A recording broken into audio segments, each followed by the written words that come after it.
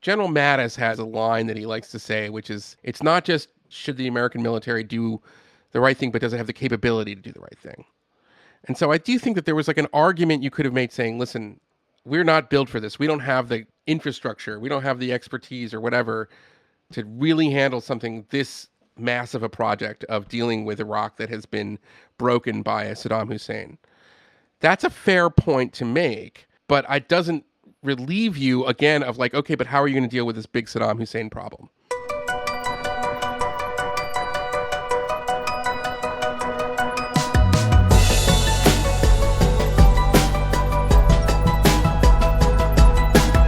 "20 years ago this past week, on March 19th, 2003, the United States invaded Iraq, marking the second time the U.S. fought a war in Iraq in just over a decade.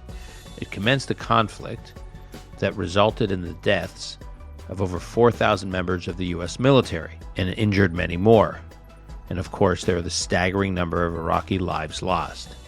This war and the subsequent occupation and the surge in Iraq in 2007, all of these events in Iraq and others had cascading effects on our troops, their families, and the Iraqi people, and the broader Middle East. It shook up geopolitics globally. How should we think about the decisions leading up to, during, and after the initial invasion? What is the legacy of that experience? What is the legacy for U.S. foreign policy for the Middle East, and for the intersection of U.S. politics and American foreign policy? It's a topic that I'll be returning to from time to time because it continues to have considerable implications for America's role in the world. I was personally involved in some of these events, having served in a civilian role for the Pentagon in Doha and then in Baghdad in 2003 and 2004. Journalist Eli Lake traveled to Iraq 6 times, the first time when I was there in my U.S. government role, and he was there as recently as the past few years. So he's been reporting on the full arc of America's engagement in Iraq. Eli is a contributing editor to Commentary Magazine and a columnist for the New York Sun, and he was formerly a columnist for Bloomberg. He's also the host of the excellent podcast, The Re-Education, with Eli Lake, which I highly recommend that you subscribe to. I'm a subscriber and a regular listener, and we'll post the link to it in the show notes. Eli is also one of the most thoughtful and certainly most plugged-in analysts when it comes to U.S. foreign policy. Eli Lake on Iraq, 20 years later. This is Call Me Back.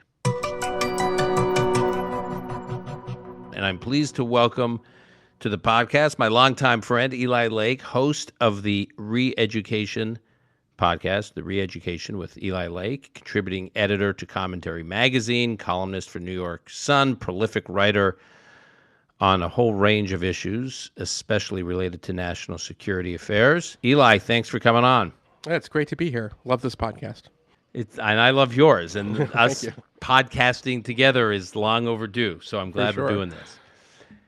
I was prompted to reach out because I read and listen to most of what you put out there, but there were 2 items in particular that really resonated with me. One was an essay you wrote for Commentary Magazine on the 20th anniversary of the Iraq War, and as well as a podcast that you just posted on the Re-Education, same topic, long form, had a lot of commentary, monologue by you, which was just with incredible history, and then you had a guest on, David Wormser, which was also excellent. So we're going to post both the essay and the podcast in our show notes.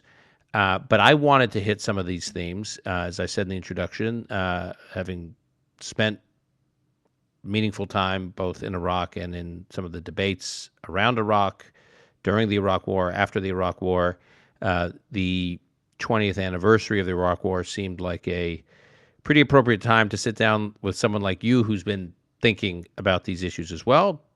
Most of the time I agree with you on some of these issues. I quibble with a couple of your observations, but I look forward to having a conversation. And I just want to start with something that you have focused on, Eli, that a lot of the punditry, in early days, as we were going into Iraq, this question was considered, and then Iraq became such a mess that this question seemed to kind of get airbrushed from the public discourse about Iraq. But 20 years later, it is worth asking, and it's not to airbrush what has gone wrong in Iraq, but it is a core question that we have not contemplated in a long time, and a question you ask in your podcast, which is did we break Iraq, or was Iraq already broken when we showed up in 2003?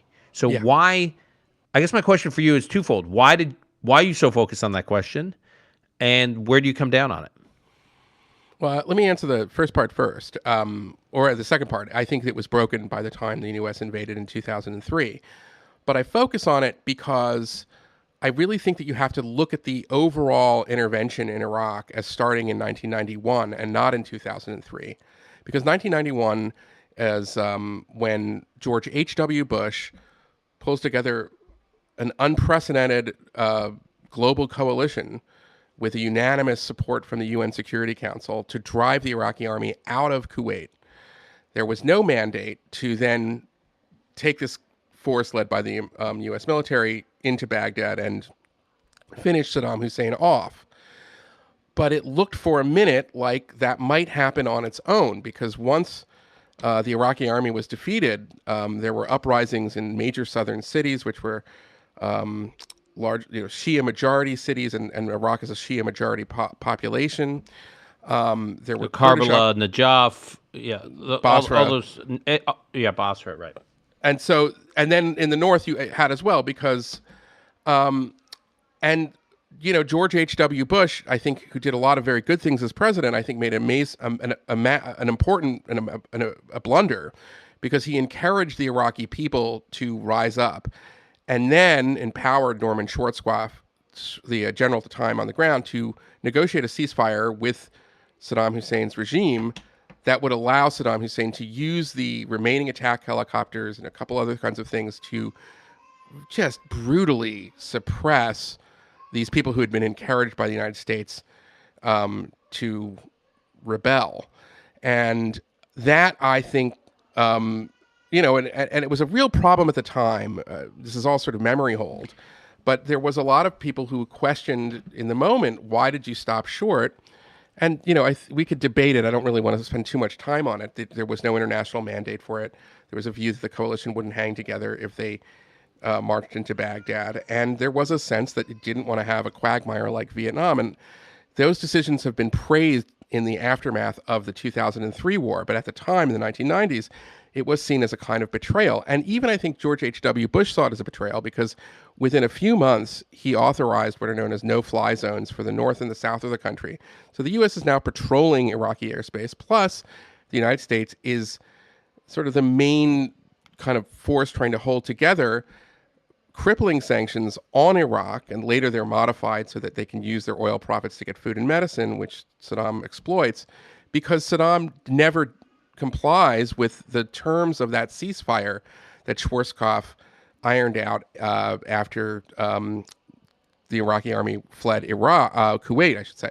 So you have this issue throughout the 90s, which is that Saddam had stocks of chemical and biological weapons, and he had a nuclear program that was further along than anyone knew in 1991. And the conditions under which, the war ended was that he had to demonstrate that he had gotten rid of those stocks, and he never did that. In fact, he went out of his way at times to defy the weapons inspectors. We would later learn that he wanted to persuade his neighbors and his own population that he still had these awful weapons because he saw them as a key to his survival. But he was also trying to kind of wriggle out of the sanctions.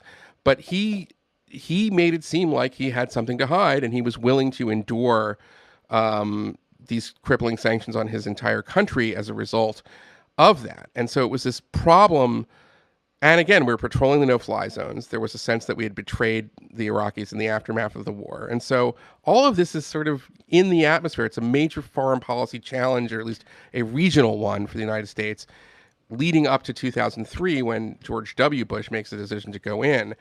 And so let me just jump in there on. So just to put an exclamation point on, the Shiites represented in Iraq, mostly concentrated in the south of Iraq, the areas you're talking about 60% of the population. So they're a majority of the population. The first time I stepped foot in Iraq was on April 9th, 2003.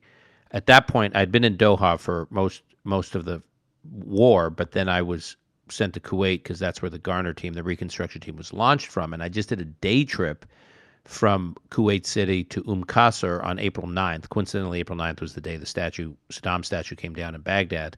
But I happened to be in Qasr just for the day, and then we went back that evening or late that afternoon to Kuwait, and then I formally launched soon after that to Baghdad. But what I was most struck by on April 9th is, as we were documenting, we had camera crews and whatnot, we were interviewing Iraqis in Qasr, and all they wanted to talk about is how we had abandoned them in 1991. It was like stunning. Here I thought, wow, our military came here. Our military had marched through the South, was on its way to Baghdad. We were quote unquote liberating their country, and every Iraqi I was interacting with was talking about abandonment, talking about how the United States couldn't be trusted. I mean, this is in the middle of us managing this massive operation, and we're being told we can't be trusted. And that was the message they had for us. So my only point is, I don't think people in the U.S. fully appreciate the extent to which we were dealing with a hostile, not like violently hostile, but hostile meaning distrustful population in Iraq because of what you're describing. Well, and I sort of look at it like this. I mean, the Iraqis suffered doubly, right? I mean, they suffered under Saddam Hussein. And I mean, it's important to say here that in 1979, Saddam Hussein basically performs a hostile takeover of the nation state of Iraq in a televised purge where he gets all the senior people in the Ba'ath Party in a room, in a big auditorium. He gets a guy who was tortured into a false confession of some plot. He reads the names of about half the people there. They all go out into a yard, and then the remaining people are told that they are going to, participate, and they have to be the ones pulling the trigger. So they're now sort of lashed to this new regime. And once Saddam consolidates the power, he invades Iran, and it's a pointless war that lasts 8 years, kills 1 million people, ends in stalemate.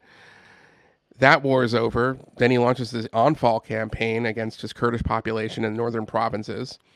His taste for blood is not sated, and in 1990 he then invades Kuwait and attempts to annex. Just to be clear, in the on-fall campaign, his military killed, maimed, and tortured like hundreds of thousands of Iraq's Kurds after the. Well, it's between. I mean, it's hard to get between. Yeah, and it's not just, by the way, the killing. I mean, the numbers, the death toll conservatively estimated might be 50,000, but it was basically wiping whole villages off the map. But I'm talking about maiming, torturing. I mean, it's not just killing. That's my point. It was mass terrorization. Yeah, absolute, all of it, and right, and doing something that we're seeing similarly in China right now. We see with these camps in Xinjiang. With the Uyghur population, this was an attempt to Arabize the Kurdish population. So it was not just an effort, not just killing lots of people, not just relocating them, but really a kind of cultural erasure as well. And so that's the on-fall campaign, and then it's the invasion of Kuwait. And so it was reasonable at the conclusion of the war against Kuwait and the first Gulf War to say, we cannot trust you with any kind of advanced military weapons, especially chemical weapons, which he'd already used against the Kurdish population in Iran in the 1980s, especially with a nuclear program. And yet Saddam Hussein never demonstrates that he has disarmed, and he defies weapons inspectors throughout the 1990s. I think that these wars, plus the nature of the regime, which is a cult of personality where children are encouraged to inform on their parents, neighbors are encouraged to spy on their neighbors, bureaucrats live in fear, people are disappeared. There is a network of gulags. It's very similar to Stalin's Soviet Union. These kinds of things, they destroy the organic civil society that was before, and it warps a nation. And if we don't think that there was some connection between the pent-up vengeance and rage that happened after the fall of the dictator, and then what the dictator did to the country, then we're deluding ourselves. I think those two things are absolutely connected.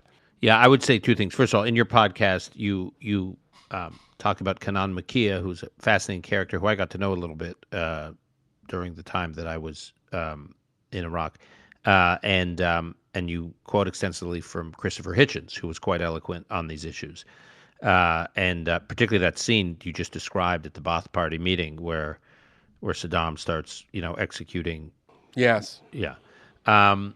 Well, the key is he has the survivors execute those who've been condemned, which is how you kind of get your loyalty, so to speak, to the tyrant. Right. But what I remember, many of the officials I worked with in Iraq, including Ambassador Brimmer, focusing on that first year after the war, was we completely underestimated the legacy of 3+ decades of communal repression. That what that does to a society. That it's almost easy to say, all right, we're going to behead the regime, we're going to get rid of Saddam and Uday and Qusay, and tens of millions of people are going to be free, and they'll work with each other, and they'll work with us in rebuilding their country. And it's just you don't fully appreciate the depth and breadth of score settling that has to play out. Not that you want it to play out. I'm just saying that was going to play out. I mean, I remember soon after we got there, we visited a mass grave in southern Iraq where there were more than 10,000 bodies buried. And over the following year, we discovered 300 other mass graves around the country, not all with 10,000 remnants of 10,000 buried there, but still massive numbers. I mean, you just think about. I remember. I mean, there were grandmothers and mothers and aunts who had loved ones that they knew were buried in these mass graves. And when we were digging up these mass graves, there was a team of experts who were trying to figure, from different human rights groups and whatnot, to figure out what had happened there. These family members were showing up. This one was in the South. They knew their loved ones had been slaughtered there. The idea that, I just remember them wailing. I mean, wailing, crying, screaming. And to think that this could be pervasive across an entire country and that the society would not be fundamentally broken, that would have to go through some, again, you don't want it to, but it was almost inevitable, some kind of score settling is almost like diminishes what's going on. It's just, but there was going to be bloodletting, right. And that is absolutely something that all of us, and I know the pre-war planners didn't fully anticipate. But but when you talk about this broken society, so your point is what? That by well, let me put it like this. It's in service of the if George H.W. Bush had allowed Saddam Hussein to swallow up Kuwait, there could be an argument that we hadn't really intervened in Iraq. I mean, America was the remaining superpower after the Cold War, but the fact is that we did defeat his army. There was the mixed message of 91. We enforced the sanctions. We were patrolling 2/3 of the country.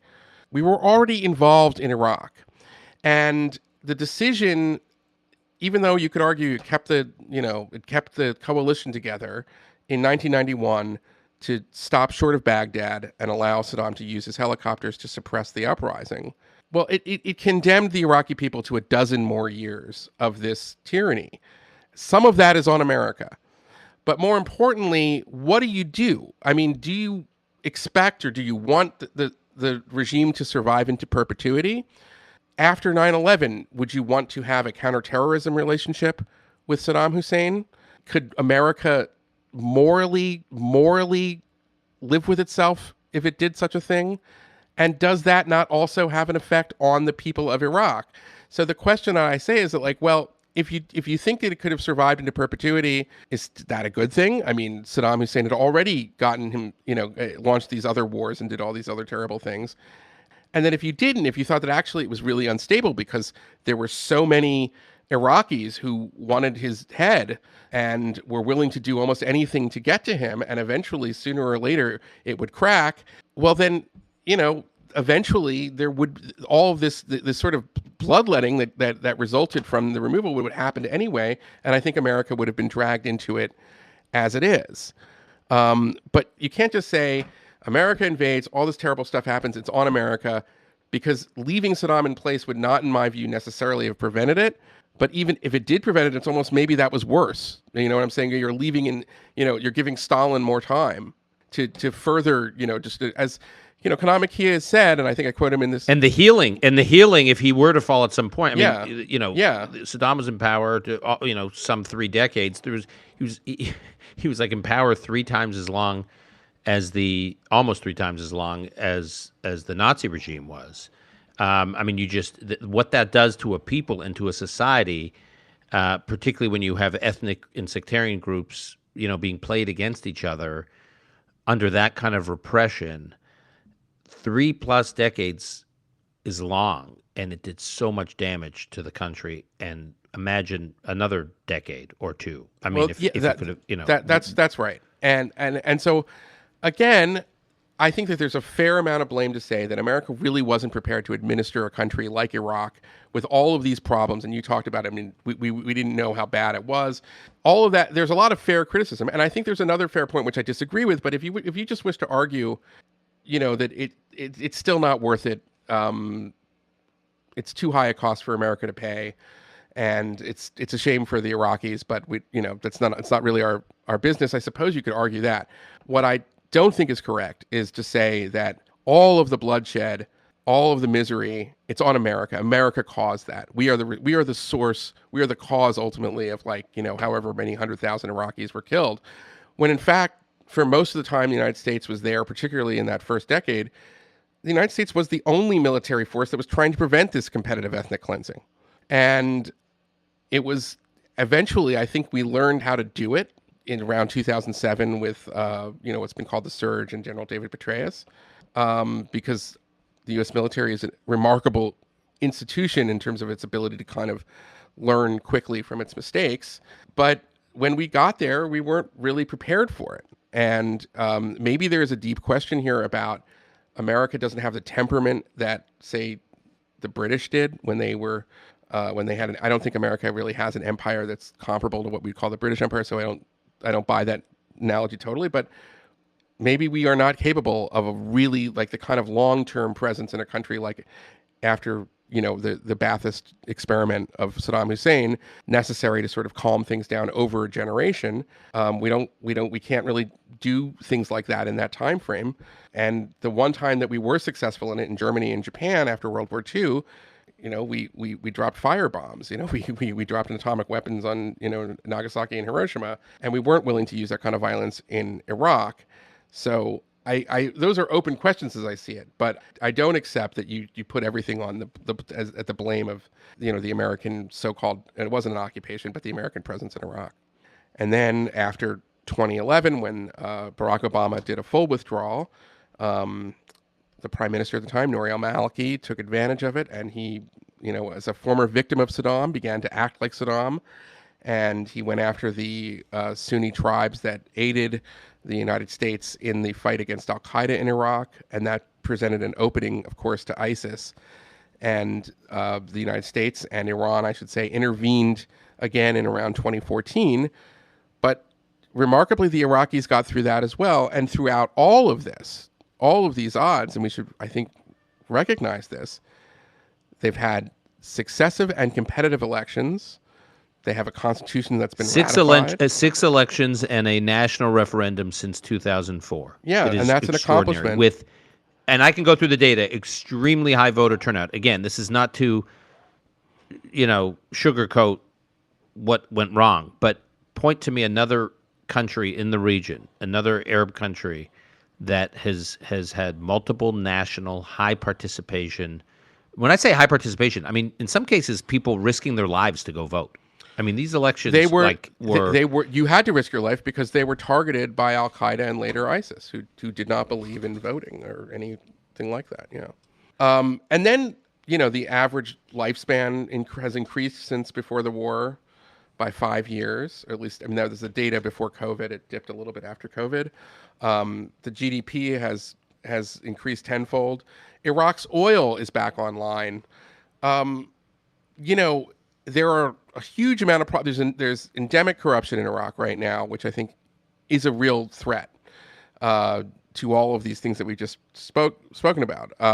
There's also the presence of these Shia militias mainly that were necessary in defeating the Islamic State, but are still there and are a real challenge to the monopoly of violence of the Iraqi army that we spent all this time training. So it's not to say they don't have problems, but they're in a better. It's better in 2023 than it was under the horror of Saddam Hussein's tyranny. Yeah, I mean, just some of the data. So when we got to Iraq, the Ministry of Planning told us that before the war, inflation was running at an annual rate of 110%. Sorry, 110,000%. Sorry, Oh my God. 110,000%. Unemployment was 50%. Civil servants hadn't been paid in salaries or pensions for 3 months. Iraq's electricity production was less than half of what was needed. I mean, I can go on and on. The Iraqi government basically had no revenues. Hospitals and schools were closed. The banking system, it was basically an all-cash economy. The banking system was shuttered. It was like a well-armed Potemkin village. Yeah. I mean, the World Bank estimated that Iraq's GDP was like $20 billion for, a country. Yeah, and by the way, all the while, Saddam Hussein and his family and his henchmen lived in unspeakably lavish luxury. And that's why Right. I think that the way to understand Saddam Hussein is a hostile takeover of a nation state. It would be as if the Gambino crime family took over New York State in Albany or something like that. I mean, it's the point is that it's not just he's a bad dictator. There are a lot of bad governments. There was something worse about it, and the potential for somebody like this, for this crime family, to then be supercharged eventually if the sanctions collapsed by having all of these oil reserves. I mean, I'm sorry, but that isn't that's an international security threat that any president would have to deal with. Doesn't, it's not a neocon or a Republican or whoever. That's something that an American president will have to look at and say, well, we can't allow that. Right. And again, I don't want to rehash all these arguments. The debate over weapons of mass destruction, I think, also became too much of a one-dimensional debate or discussion after the fact, which is the Bush administration said there were weapons of mass destruction. There were not weapons of mass destruction. Both those things were true, by the way. The administration said there were weapons of mass destruction, and there were not weapons of mass destruction. But what often got lost in translation was there was a program to support weapons of mass destruction that Saddam either at least wanted the option to turn on at a time of his choosing, or at least project to the region and his adversaries in the region that he had the capacity to turn on. Can you explain that a little bit? Why? I mean, because that's sort of an important point that gets lost in when we talk about why America went in and why America had an interest in dealing with Iraq one way or the other beyond the issues that you're raising. Well, I mean, to go back even further, it wasn't as if Saddam Hussein kept saying, I'm innocent, I'm innocent. What can I do to get out of these sanctions? He instructed his military to shoot at the surveillance aircraft that were there to monitor, his military installations. He wouldn't allow his scientists to meet in privately in a secure location with these weapons inspectors. At one point in the 90s, he briefly held them hostage and then kicked them out of the country.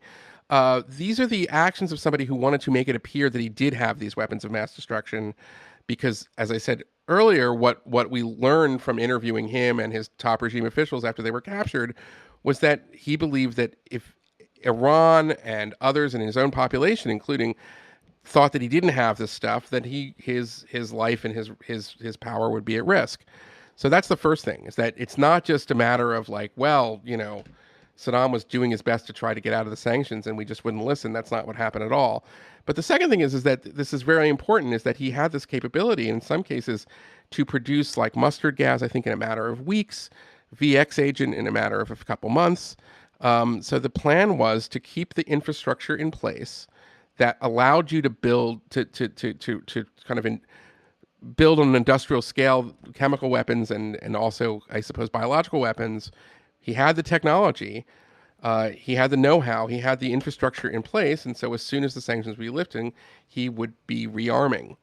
And that to me also points out to the fact that the problem was not, the weapons of mass destruction. It was the man himself who was this threat. And that sooner or later, we were going to have to come to terms with that. I think you could argue, if you wanted to go back, sort of knowing what we know, that he didn't have the weapons of mass destruction, so maybe the task wasn't as urgent, then perhaps we could have gotten rid of Saddam Hussein, similarly to partnering with local forces the way that we did against ISIS, where you have really great special operators embedded with kind of regional and local fighters and then give them air support. And that would be different than, sending in, and I think the peak, 170, 180,000 U.S. forces. That I think might have been a better approach, but the end result had to have been regime change. Mm-hmm. So to your point about not being prepared for securing and administering a country this damaged and this large, I want to read a quote to you, which is, certainly the authorities in Washington who had prepared our policy directive did not visualize these conditions. This is a quote not from the civilian team that showed up in Iraq in April and May of 2003. This is a quote by Lucius Clay, who was one of the top U.S. administrators for post-war Germany, who played a very similar role to, the Garner team and the Brimmer team. And this is what he wrote, reflecting on his time in the 1940s as the U.S. military. He was the U.S. military governor, in charge of occupied Germany. So, other than the broken society, and the 3+ decades of communal repression, like Lucius Clay, we were dealing with something that we were just overmatched for in terms of the resources we were dealing with. How did we get that part so wrong? I have my own views, but I'm sort of very deep in it and maybe sometimes very emotional rather than analytical about it. You have the benefit of, you've spent a lot of time in Iraq, but you come at it more as an observer and an analyst. What was this disconnect? It was a dramatic disconnect in terms of, we in the U.S. government don't have, the equivalent of what they once had in the UK, an office that groomed like Jerry Brimmers and Jay Garners to go around the world and lead teams to run countries. So we kind of just flipped a switch and did it, and then found ourselves unbelievably overmatched. Well, the first thing is, I think there were different visions for a post-Saddam Iraq.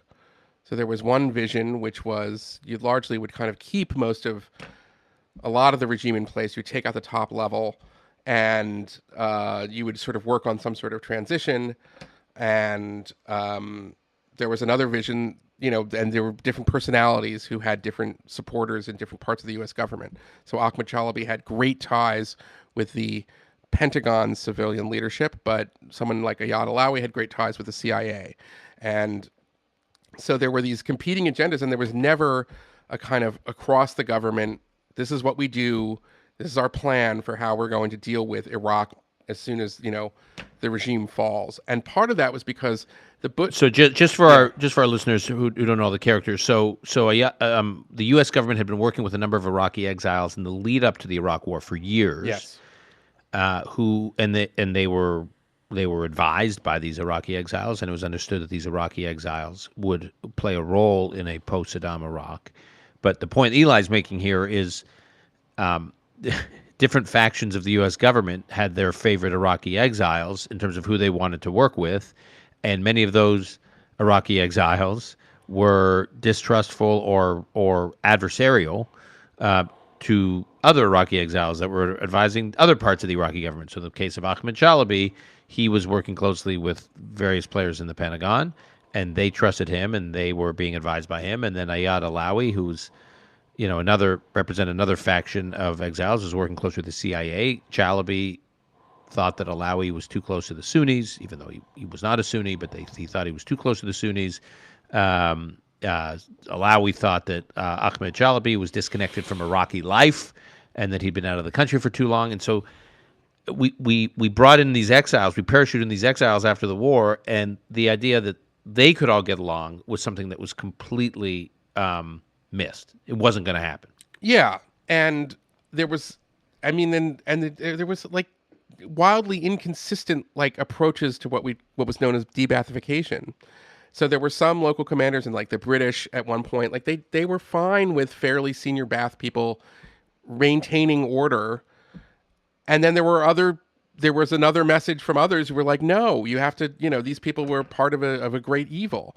And there was something that was kind of a little bit hard. I think there were parts of it that it's hard for those of us who didn't grow up in this kind of system to understand it. But everybody is implicated when you are living in a Ba'athist system or a Stalinist system or something like that. Like everybody has done something.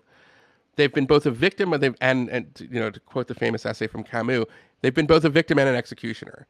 So it's like there's a lot of shame, even though because if you wanted to have any kind of life that was not absolutely living in deprivation, you had to basically compromise and go along with this Ba'ath party that was horrible and quite cruel to people, and it was built into the system. So I don't think a lot of people understood that. So in some cases, the de-Baathification went far too far, going after people who probably didn't have much of a choice. But in other situations where you had, a sort of local decisions, they let guys who should never have been in charge of anything stick around. And I think that also added to a lot of problems in the administration in those first early years. Yeah, I'll add a couple of points to that. One, I don't think you can underestimate the challenge of trying to run a country when the occupying force can't provide basic security to the country. I remember a conversation that Ambassador Brimmer had with Vice President Cheney at one point. I was in Brimmer's office when he was having this conversation with Cheney, and he said, "Mr. Vice President, I think we have the worst of both worlds. We have an ineffective occupation, meaning the Iraqi public can handle an occupation if they believe that we can provide them basic security. In other words, an occupation is at best uncomfortable, at worst humiliating to a population.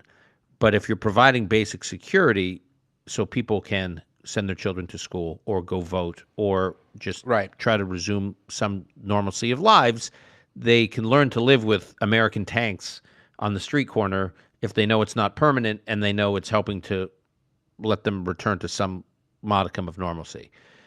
But you can't have the tanks on the corner and the knowledge amongst the population that America or the Western coalition is occupying their country while they're getting slaughtered by their fellow citizens.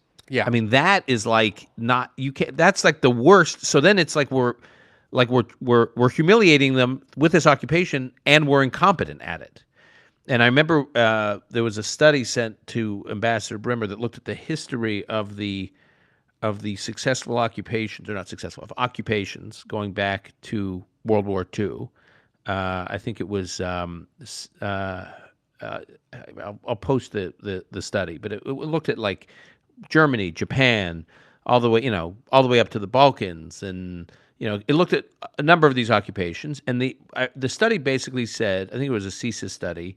The study basically said or concluded that the average local population to occupying force in successful, quote unquote, successful occupations was about 20 to 1. That is, for every 20 people in the local population, you had one or at least one occupying soldier to provide basic security.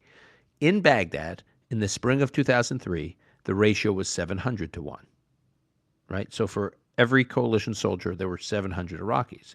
While there was all this, bloodletting happening and these riots and just total chaos and no security.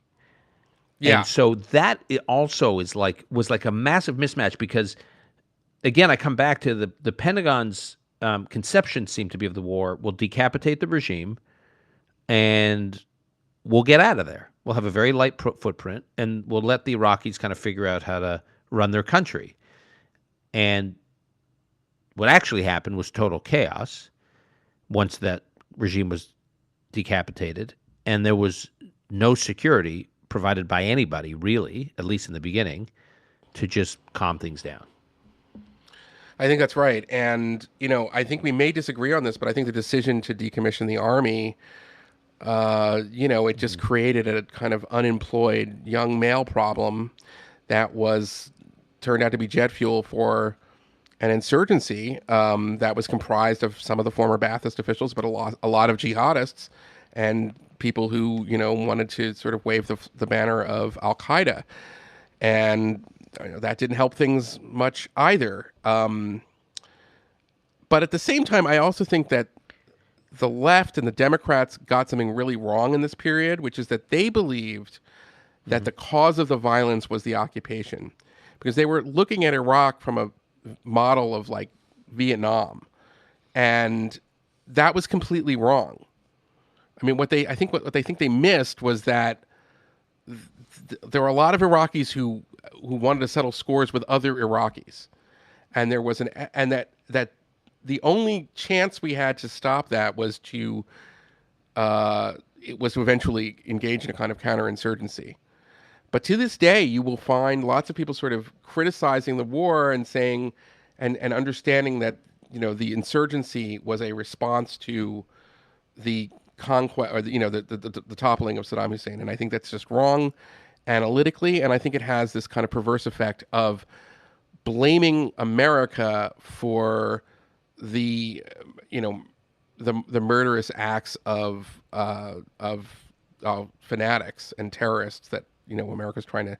You can blame America for not preventing it more once they were the administrator, but you have to you have to acknowledge here that the only chance that we had, that Iraqis had, that was an alternative to Al Qaeda or Iranian-backed lunatics was America and the coalition. Yeah. So on the issue of the decommissioning of the army, it is obviously a very sore subject. First of all, it was administration policy. There was this characterization that this was just Brimmer and his deputies in Baghdad making this decision unilaterally. The Pentagon was very involved with it, right up to top people reporting to Secretary Rumsfeld. I remember reviewing the order with Secretary Rumsfeld's chief of staff before the order was issued. But like de-Baathification, it is very easy, and I think it is true to some degree that the de-Baathification policy and the disbanding army created fuel for the insurgency. But in like many of these policy issues, there are trade-offs. It's like, compared to what? So what we were dealing with when we got to Iraq was the Saddam's army had basically collapsed. Like there was not. I remember in a briefing with Abizaid and senior Defense Department officials who said they could not find a single standing unit of the Iraqi army. Yeah. After the war, they had just completely scattered. Now, keep in mind, 60-70% of the conscripts were Shiites. They had been abused by the officer corps, which was predominantly Sunni, loyal to Saddam. They were happy to get out of Dodge. They scattered. They didn't want to keep these units intact. Yeah, we should also say the Iraqi army. The Iraqi army was a terrible institution. It had done lots of awful things. It wasn't like. Yeah. I mean, I spent a lot of time in Egypt, and you could say the Egyptian military has a different, tradition than, I don't know, the Mukhabarat there, the intelligence service. There were no good institutions left by 2003 in Iraq. Right. And this army was the principal tool of Saddam's oppression, the Iraqi army. And so when at the beginning of this conversation, when you were describing what was going on, for instance, in the South with the Shiites, we at that time, Ayatollah Sistani, who was the most senior Shiite cleric, he was the most influential voice in the Shiite community, which again represents the overwhelming majority of Iraq's population.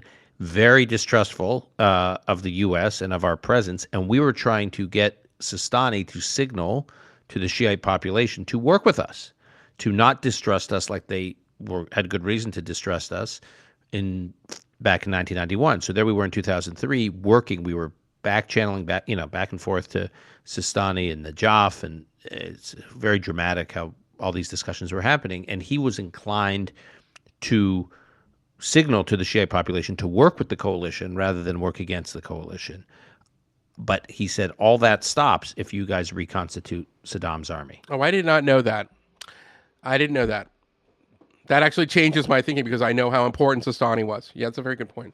And if you reconstitute Saddam's army, that to us is a tell that this is 1991 again. And so the army has to be shut down.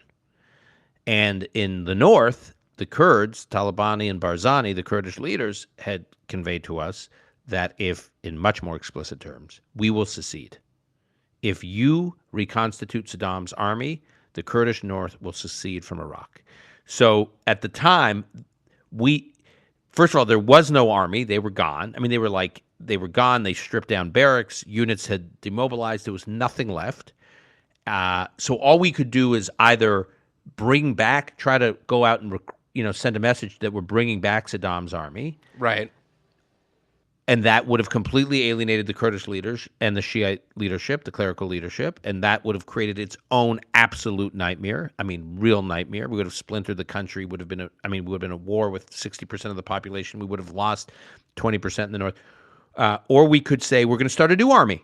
We're starting a new army, and it won't be Saddam's army. And everyone up, and as we made clear, everyone up to the rank of colonel from the old army would be able to serve. In fact, in the end, most of the people who did serve in the new Iraqi army had served in the old Iraqi army, but that senior leadership is gone, and then we provided severance payments and pension payments to everyone, whether they had served in the previous army and served again or not. Right.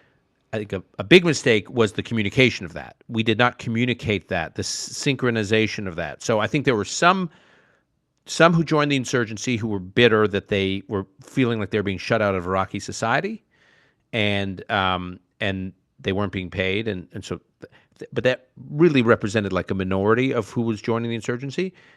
There were some who were joining the insurgency because it wasn't about whether they got a severance payment or not. It was because they were part of Saddam's leadership team in the military, and they were suddenly out of power, and they saw which way the winds were blowing, and they wanted to try and slow it down. And I don't think anything we could have done in terms of getting the payments right or whatnot would have made a difference. On debathification, it's a similar dynamic. We had to send a message, again, to the Shiites and to the Kurds and to parts of the Sunni population that the Ba'ath Party was done. Again, the part of the society of the Ba'ath Party that was quote unquote debathified was only 1% of the Ba'ath Party. So it was right. 1/10 of 1% of the total population. It was tiny. Mistake we made there was the implementation of debathification. We turned over to some of these Iraqi political leaders that you were talking about earlier. We put them in charge of, because there was we gave those who were debathified the opportunity to appeal their debathification, their kind of loss of place in society, and they could appeal it and how the appeals process worked and all that. We immediately turned that over to, you mentioned Chalabi, to Ahmed Chalabi and others, and they ran. It was very political the way they ran it. That was a mistake. But anyways, I just my only point is the whole thing was messy. There were no good choices. It was constantly just trying to figure out. Right. I think that's a fair point. I mean, General Mattis has a line that he likes to say, which is, it's not just, should the American military do the right thing, but does it have the capability to do the right thing? And so I do think that there was like an argument you could have made saying, listen, we're not built for this. We don't have the infrastructure. We don't have the expertise or whatever to really handle something this massive a project of dealing with Iraq that has been broken by Saddam Hussein. That's a fair point to make, but it doesn't relieve you again of like, okay, but how are you going to deal with this big Saddam Hussein problem? So if you wanted to sort of say this wasn't it, America didn't have we invading and administering the country the way that we did was just not something that we really had the capability to do well, and it would have been better had we. But we still had to get rid of Saddam Hussein. The other point, though, I mean, I can argue it is that we really, that was the only way that you could guarantee that you could get rid of Saddam Hussein. There was a famous saying from Anthony Zinni, a former general, when he was asked about these plans in the 90s to try to use the Iraqi National Congress and arm them, and he called it would be like the Bay of Goats, a reference, of course, to the Bay of Pigs in Cuba. So, I mean, we're never going to know because we did what we did and history has already happened. But I wanted to try to bring back this idea that, the problem here starts with Saddam Hussein. And it's wrong to blame America for the damage that he did to that country. And I think that's the key takeaway. Okay, so now I want to ask you two questions, and then we'll let you Yeah. go. I'm enjoying this conversation for a variety of reasons, not Yeah, the me least of too. which is it's kind of therapeutic. Yeah. How do you evaluate where Iraq is today?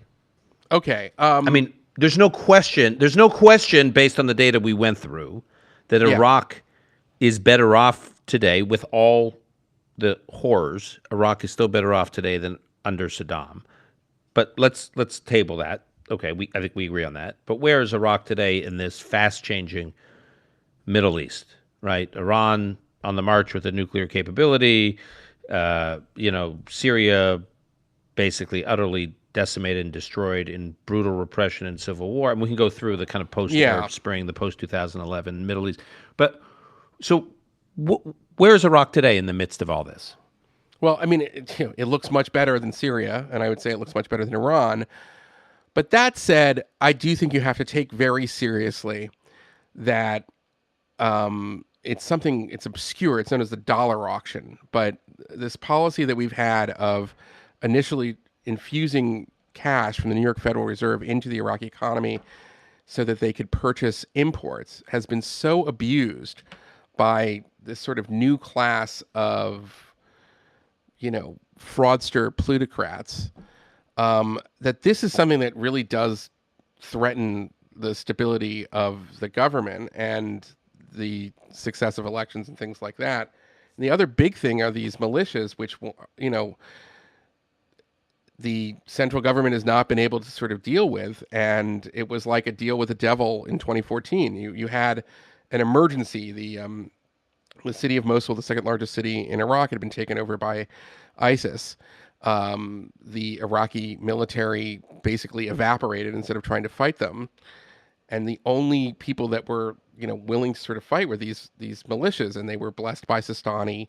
They were largely trained and directed, through the Iranians and their allies. And that's a huge problem. When I was there in 2015, I remember visiting one of these frontline military units, and they were taking orders from the Badr Brigade, which is the militia associated with one of the main Shia confessional parties. So those are really big challenges, and Iraq is going to have to figure out a way. But at the same time, I think those are much better challenges than your second largest city is run by a bunch of 8th century barbarians. And, their Yazidi population is being in danger of being wiped off the planet because of them. So it's a testament, I think, to the resilience of the Iraqi people and also the strength of the United States. I don't like to credit Iran with anything, but Iran did play a role in that the second terror war ended in a victory for the Iraqi state. That's a good thing. But, there's still a lot of work to do. Last question for Yeah. you. Where, I mean, here we are on the 20th anniversary of the invasion, and it's getting some attention, but by and large, it feels, other than the families that made the ultimate sacrifice, having lost loved ones for big parts of the United States population, it's amazing to me. I mean, it's like sort of the country's moved on. On the surface, it's moved on, and we've just sort of forgotten about it, if you will. I mean, I wasn't alive during the 20th anniversary of the start of the Korean War, Yeah. or I mean, I'm trying to think about these other, like how these wars are. But it just, one would think this would be, and yet a bigger inflection point, and it's just not. And there's a whole bunch of, we just came out of a pandemic. There's another war in Europe now. There's plenty of things going on in the world that may be why we're just not looking back at important anniversaries of previous wars, even as complicated and messy and tragic in some respects as this one was. But I guess on the surface, why do you think that is? And then what do you think the lasting, you and I were talking offline about the lasting implications about the impact that this war has on our politics. So what is your reaction to those two? Well, I mean, the first I would say is that it's a strange feeling in middle age to encounter arguments I remember as a young man when the Iraq War started that I associated with like the Noam Chomsky left coming out of the mouth of nationalist conservative Republicans. That's just like, I'm still kind of blown away with it. I mean, it's because, I've lived too long. I guess I know too much to know, like, it's strange when you hear Donald Trump, make arguments that sound like, they should be printed in The Nation magazine. And so that is a change in our politics. Sometimes I think it's overstated. I think you would know better than I don't know that represents a majority of the Republican Party, let alone a majority of the United States. And sometimes it's hard to tell whether these are lasting positions. Some people I think really believe it, or is it just that this is a popular, is it an opportunistic play for other politicians who want to position themselves, but these are not deep convictions. But that's disturbing because I think that historically the Republican Party, at least since Reagan, was the check on, like, to make sure America did not become too appeasy, if you will. And can it be that check today? Because ideally, I would like to see a Republican Party that would hold the Biden administration's feet to the fire on Ukraine for not giving enough and for, giving just enough for the Ukrainians to prolong a war, but not to win it. That, to me, should be the natural Republican position, but it isn't right now because it seems that, like, at least a significant part of the party, if not half of the party, doesn't think we should be helping the Ukrainians at all. And I think that that's all stemming from the aftermath of the Iraq War. But the other part of it is that I don't think it's fair to say that nothing was accomplished, that the war was just a waste, as we talked about before. A new constitution, 6 consecutive elections, the beginning of a country that's rebuilding, and finally, like, seeing a country like moving on from this sort of dark nightmare of Saddam Hussein. That's something that American arms made possible, and I'm proud as an American that we played that role. Yeah, I second everything you say. I do think there is an element in American history of candidates for president generally saying one thing about America's role in the world and foreign policy as candidates, and then when they get into office and they're greeted with events and intelligence briefings, having a much different approach. Remember George W. Bush said, "We're not America's 911." George W. Bush. We're going to lead with humility. What do you say? Humble foreign policy. Right. He was reacting to America's role in the Balkans. Yeah. And that's how he ran. And I remember people in our world, Eli, oh my God, he's an isolation. I mean, he's an isolationist light, whatever. And then there we are, 9/11, the war in Iraq, war in Afghanistan, the surge. So I do remain. I mean, I think you're alluding here to. I mean, there's Trump, and then there's some of the things DeSantis has said about Ukraine. I mean, it was one remark, and I have to, on DeSantis really quick, I would love to, and I really want to hear what you would, but I think say it was one really awful phrase, because that is not a territorial dispute between Ukraine and Russia. It's a pure, savage, naked act of aggression on the part of Russia. However, it wasn't like he was committing himself to, an America first, neo-isolationism. Right. And there seems to be enough room in, and it's not clear that he was arguing for a policy that's much different than the one that Biden is running right now. Yeah, that's right. So I just let's not lose our heads just yet. Right. But And remember, just look at DeSantis's record when he was in the House of Representatives, and remember that he served in Iraq in the U.S. military. I mean, I was actually on a trip with him years ago to Israel. I mean, this is not he's pretty thoughtful and sophisticated, and I would say internationalist about America's on behalf of a muscular foreign policy. So yes, the statement was unfortunate, but anyways, I think you're right. There's time. Yeah. So there we are, Eli. We're leaving. We're going to end on an upbeat note.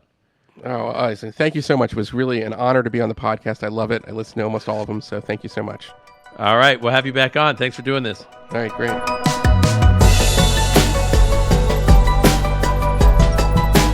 That's our show for today. To keep up with Eli Lake, you can find him on Twitter at Eli Lake. That's ELILAKE. You should also subscribe to his podcast, the Re-Education Podcast, which you can also find at Nebulous Pods, at Nebulous Pods. You can find his work at Commentary Magazine. He's a contributing editor there. And I highly recommend you keep up with all his writing and reporting. Call Me Back is produced by Lon Benatar. Until next time, I'm your host, Dan Senor.